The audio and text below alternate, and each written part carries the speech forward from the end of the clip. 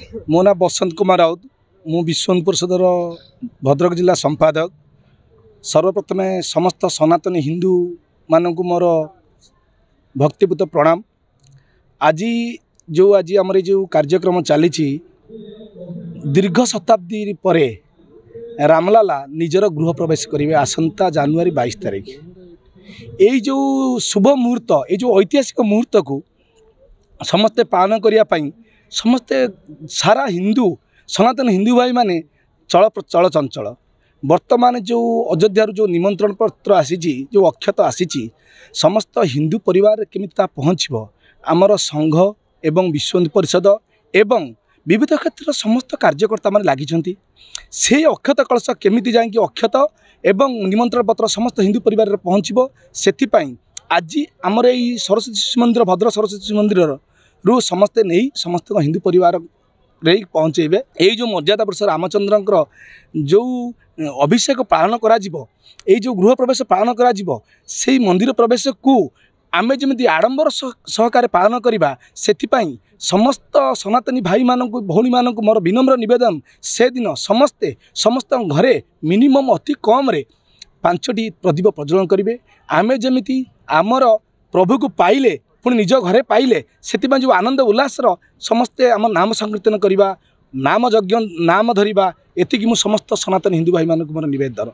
ये जो आज जो माने प्रतिष्ठा होगा जाऊँगी ये अनेक दिनर स्वप्न साकार होगा जाऊँगी। दीर्घ दिनर स्वयंसेवक कर सेवक मानकर बलिदान समर्पण त्याग एवं माने संकल्प आज वास्तव में रूपायन होगा जाऊँगी। तेणु समस्त को मोर गभीर अंतरात्मारू समस्त को मोर प्रणाम एवं समस्त सनातन हिंदू आउ थे प्रणाम। जय श्री राम, भारत माता की जय। मर्यादा पुरुषोत्तम प्रभु श्रीरामकर दीर्घ 500 वर्ष पर रामलाला तांकर निज जन्ममाटी को फेरुछंती।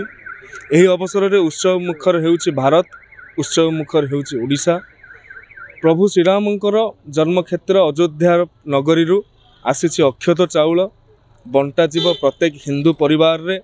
एही अवसर में आज नुआ सरस्वती शिशु विद्या मंदिर भद्रक ठारे अक्षत चाउल अक्षत जो प्रभुंकर अच्छी अक्षत ताहाकू वितरण व्यवस्था करा जाउछि।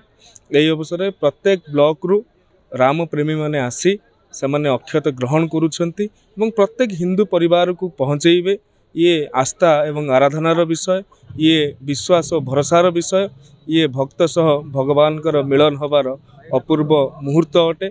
समस्त यहाकू आनंदर सहित उत्साहर सहित भक्ति भावर सहित पालन करिवे बोली मैं आशा प्रकट करुछि। प्रत्येक वार्ड रे प्रत्येक पंचायत रे प्रत्येक ब्लॉक रे विश्व हिंदू परिषद ठारू आरंभ करी राष्ट्रीय स्वयंसेवक संघ कार्यकर्ता माने ए अक्षत को बंटन करिवे वितरण करिवे।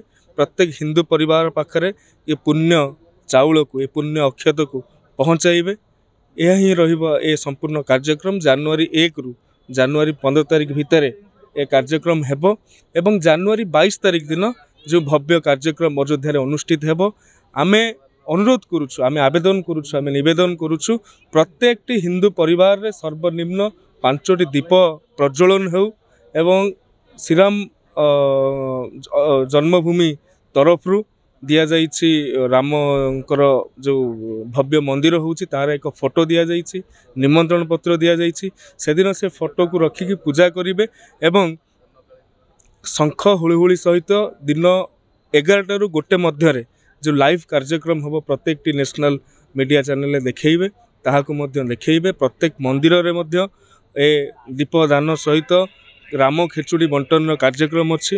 ये सब कथा को जिते बड़े आपण करिवे समस्त भितर भक्ति भाव एवं भारतीय संस्कृति परंपरार पुनर्जागरण घटिबे बोली मैं विश्वास करुछि।